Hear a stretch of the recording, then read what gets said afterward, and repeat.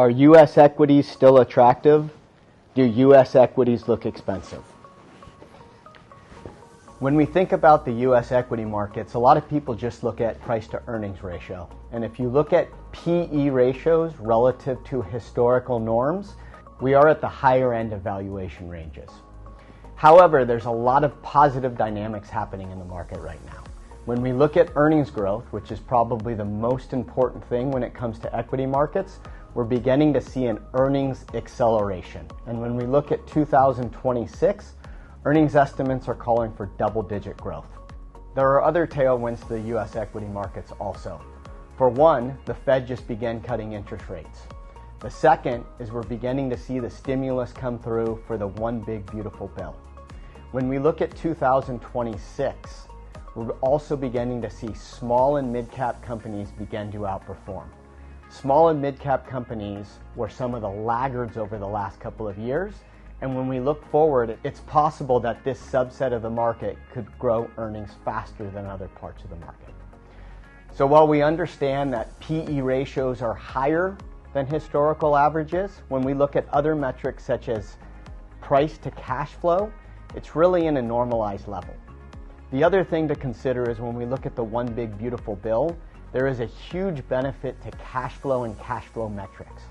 So while people try and make comparisons to the equity market relative to 1999, the last time we saw PE ratios at this level, we don't necessarily believe that that's the right comparison.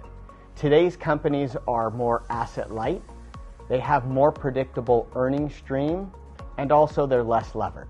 Also, when we look at the economic landscape, there are sectors such as manufacturing and housing that could benefit from lower interest rates, and that could be an additional driver of economic growth in 2026.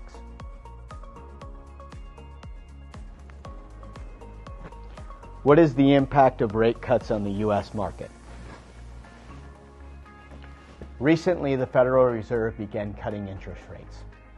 A big reason for why they began cutting interest rates is when we think about economic growth for the last 3 years, it's really been driven by government spending, AI spending, and consumer spending.